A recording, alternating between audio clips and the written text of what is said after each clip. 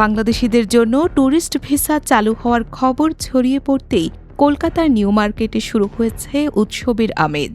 কেউ মিষ্টি বিতরণ করছেন, কেউ পরিষ্কার করছেন বন্ধ হয়ে থাকা হোটেলের রুম, আবার কেউ দোকানে তুলছেন নতুন মালামাল। প্রশ্ন উঠছে, তাহলে কি সত্যি বাংলাদেশিদের ছাড়া অচল হয়ে পড়েছিল পশ্চিমবঙ্গের অর্থনীতি?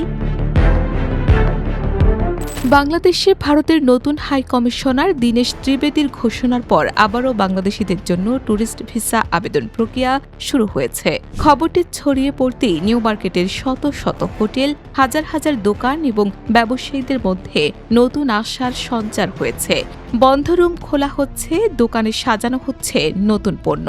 শুধু তাই নয়, বাংলাদেশি পর্যটকদের নিরাপত্তা নিশ্চিত করতে বাড়ানো হয়েছে নজরদারিও। সক্রিয় করা হয়েছে ৩৬টি সিসি ক্যামেরা, যাতে কোনো পর্যটকের ব্যাগ বা পাসপোর্ট হারিয়ে গেলেও দ্রুত উদ্ধার করা যায়। কলকাতার নিউ মার্কেট, মার্কুইজ স্ট্রিট, সদর স্ট্রিট কিংবা ফ্রি স্কুল স্ট্রিট, এই এলাকাগুলোকে অনেকেই বলেন মিনি বাংলাদেশ। কারণ বছরের পর বছর ধরে এই এলাকার সবচেয়ে বড় ক্রেতা ও অতিথি ছিলেন বাংলাদেশের মানুষ। চিকিৎসা, কেনাকাটা কিংবা ঘুরতে যাওয়ার জন্য লাখ লাখ বাংলাদেশি কলকাতায় যেতেন, আর নিউ মার্কেটে একবার ঢু না মেরে কেউই ফিরতেন না। কিন্তু ২০২৪ সালের আগস্টে বাংলাদেশের রাজনৈতিক পরিবর্তনের পর ভারত সরকার বাংলাদেশিদের জন্য ট্যুরিস্ট ভিসা সীমিত করে এবং পরে প্রায় বন্ধ করে দেয়। এরপরই ধাক্কা নামে কলকাতার ব্যবসায়।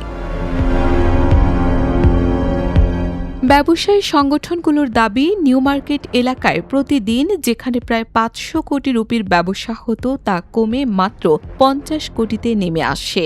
হোটেলগুলোর অবস্থা আরও ভয়াবহ হয়ে ওঠে। ২০০০ রুপির রুম ভাড়া নেমে আসে মাত্র ৯০০ থেকে ১০০০ রুপিতে। অনেক হোটেল লোকসান সামলাতে না পেরে বন্ধ হয়ে যায়।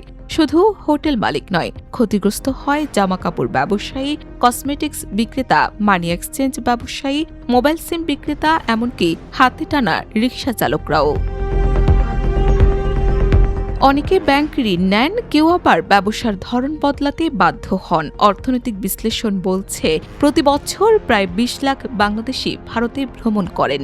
ভারতের মোট বিদেশি পর্যটকদের প্রায় ১/৫ বাংলাদেশি, আর বাংলাদেশি পর্যটকরা প্রতি বছর ভারতে ২ বিলিয়ন মার্কিন ডলারের বেশি ব্যয় করেন, যার বড় অংশ যায় পশ্চিমবঙ্গের অর্থনীতিতে। কলকাতার ব্যবসায়ীরা বলছেন, অন্য রাজ্যের পর্যটকরা ১ বা ২ দিন থাকলেও বাংলাদেশিরা সাধারণত ১ সপ্তাহ থেকে ১ মাস পর্যন্ত অবস্থান করেন।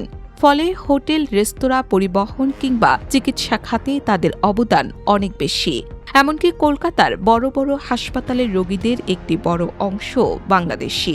এবার সেই পরিস্থিতি বদলাতে শুরু করেছে। এখন প্রশ্ন একটাই, বাংলাদেশি পর্যটকরা কি শুধু ভারতের অতিথি, নাকি পশ্চিমবঙ্গের অর্থনীতির অন্যতম চালিকা শক্তি? আপনার কি মনে হয়, বাংলাদেশিদের জন্য ভিসা চালু হওয়া কি দুই দেশের সম্পর্ক আরও শক্তিশালী করবে, নাকি এটি শুধুই অর্থনীতির হিসাব?